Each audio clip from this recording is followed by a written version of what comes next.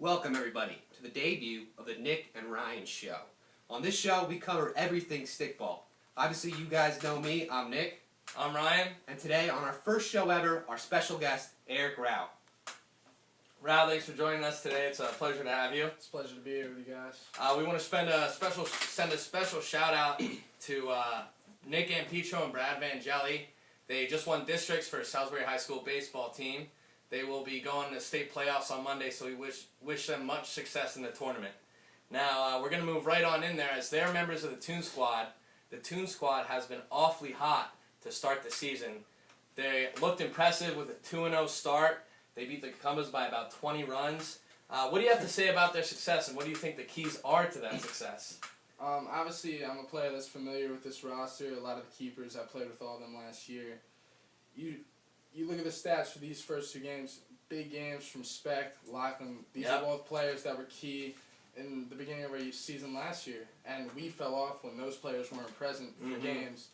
And I see they're continuing over their success. Hopefully they can keep it together for their sake. Absolutely. And let me tell you something. Me playing against the squad, it wasn't pretty being on the Kekambas. I mean, they have some hitters that'll really scare you. I mean, their first 6 hitters, I mean, each one of them had over at least 2 hits or more. So, I mean, it's going to scare you. I mean, they can all put it out. Big bat. The thing about the Toon Squad to me is that they have pretty much all their defensive positions solidified, unlike a lot of other teams in the league.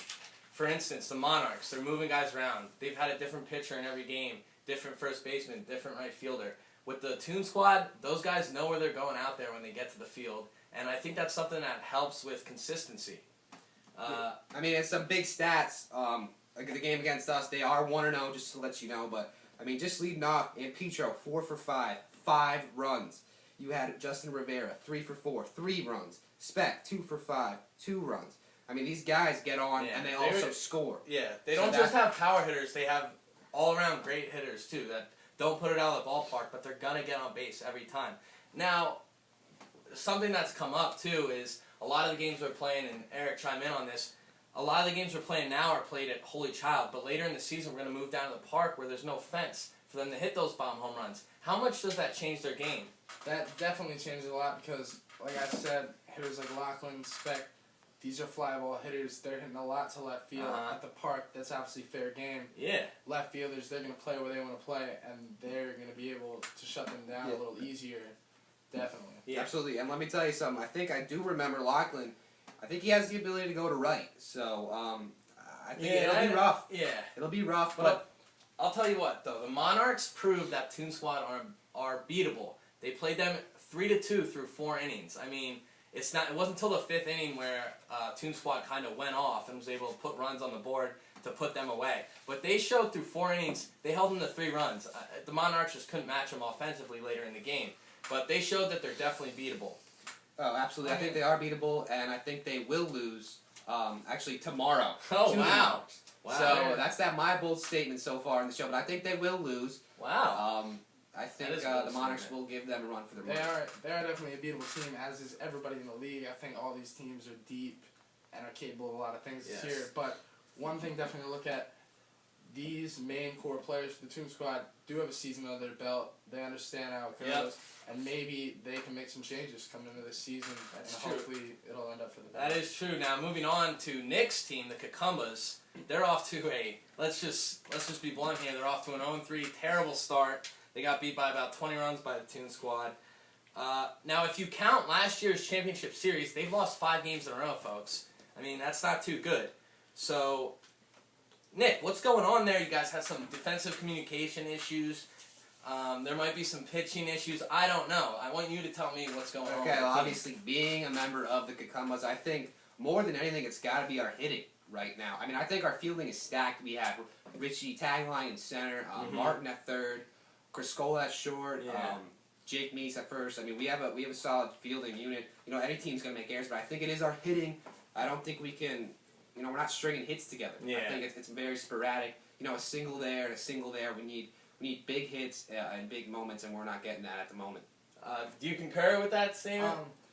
Yes, obviously looking at these first 2 games, that is a big thing. Yeah. But I look for them to fix things up rather quickly. I'd say tomorrow I'd look for Johnson to have 2 home runs. Wow. And maybe the top of the lineup and string together some hits. Criscolo, Martin, Okay. Tagline, and I'd say they score more than 10 runs. So you calling for a Kekambas victory tomorrow with the Sultans? Now they had 10 runs scored. Wow. Well, they had the Sultans beat last game. They had them beat. It went to extras inning. It was a great ball game to start the league, and it just so happened they got last at bats. Shane Hutchinson hit in the game-winning run, and they lost. Same thing with the Monarchs. They were up 4 runs going into the 7th, and then the Monarchs just hit a bunch of runs in the top of the 7th, and they weren't able to capitalize then in the bottom. But I'll tell you what, it'll be interesting, and I think they're going to do what Nick said and what you said, and they're going to string together hits and put up some runs in the They've future. obviously shown they can have success. Yes. And like Reaching the anything, series last year. like anything, you know, I think it's more about chemistry. You know, we're starting to flow together. You know, we're learning each other's skills. So you know, that'll take time, but I think tomorrow we'll get it going.